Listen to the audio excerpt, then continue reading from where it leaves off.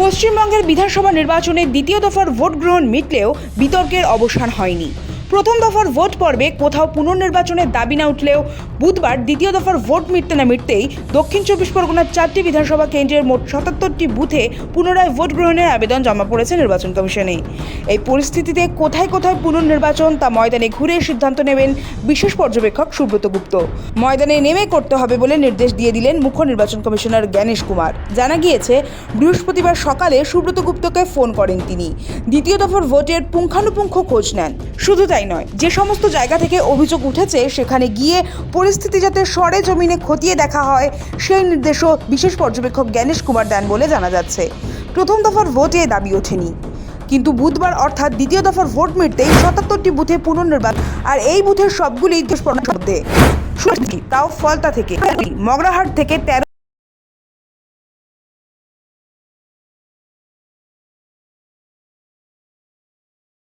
ও বজবজ থেকে 3টি অভিযোগ জমা পড়েছে। তাৎপর্যপূর্ণ বিষয় হলো, এই 4টি আসনের মধ্যে 3টিই তৃণমূলের সর্বভারতীয় সাধারণ সম্পাদক অভিষেক বন্দ্যোপাধ্যায়ের লোকসভা কেন্দ্র ডায়মন্ড হারবারের অন্তর্গত।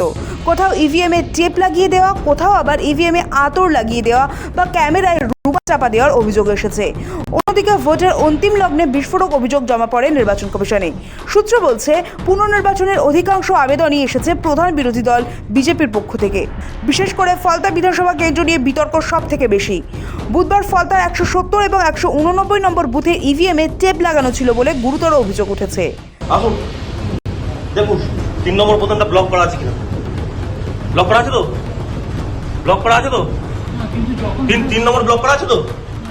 দেখে যান 3 নম্বর ব্লক করা আছে কিনা। অভিযোগে বলা হয়েছে, ভোটারদের জামার পকেটে স্পাই ক্যামেরা রাখা হয়েছে যাতে শনাক্ত করা যায় ভোটার কোন দলকে ভোট দিচ্ছে। ডায়মন্ড হারবারের বগরাহাট পশ্চিম থেকে অভিযোগ জমা পড়ে কমিশনে। देखो 77 कंप्लेंट जब मैं आया वो कंट्रोल रूम से आया था। कंट्रोल रूम से कंप्लेंट आता है, कंट्रोल रूम से, कि यहाँ पे वहाँ पे कितने सारे टर्मिनल थे, 20 टर्मिनल थे, फिर एक पैरामिलिट्री फोर्सेज का अलग था, इसका अलग था। उस समय तक 77 आए, तो उसके बाद जो आए नहीं आए हैं, क्योंकि वो कंप्लेंट तो हमारे पास है, हम देख सकते हैं उसको। लेकिन फील्ड में भी तो जो ऑफिसर्स हैं, फील्ड में प्रिसाइडिंग ऑफिसर है, सेक्टर ऑफिसर है, ऑब्जर्वर है, वो सब देख दाख के, आर ओ देख दाख के जो ओपिनियन बनाएंगे, DO वहाँ पे है, सब देख दाख के ओपिनियन बनाएंगे, उससे हम लोग देखेंगे। अभी हमारा काम है इलेक्शन का प्रोसेस कंप्लीट करना, FIR करना, ये करना। तो एक बार कोई क्राइम हो जाए तो क्राइम्स केस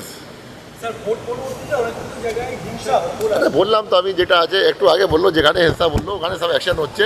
এটা শুনলাম পার্টনারশিপে হয়েছে, কোথায় হয়েছে, ও পুলিশ অ্যাকশন নিচ্ছে, 2 জন অ্যারেস্ট হয়ে গেছে।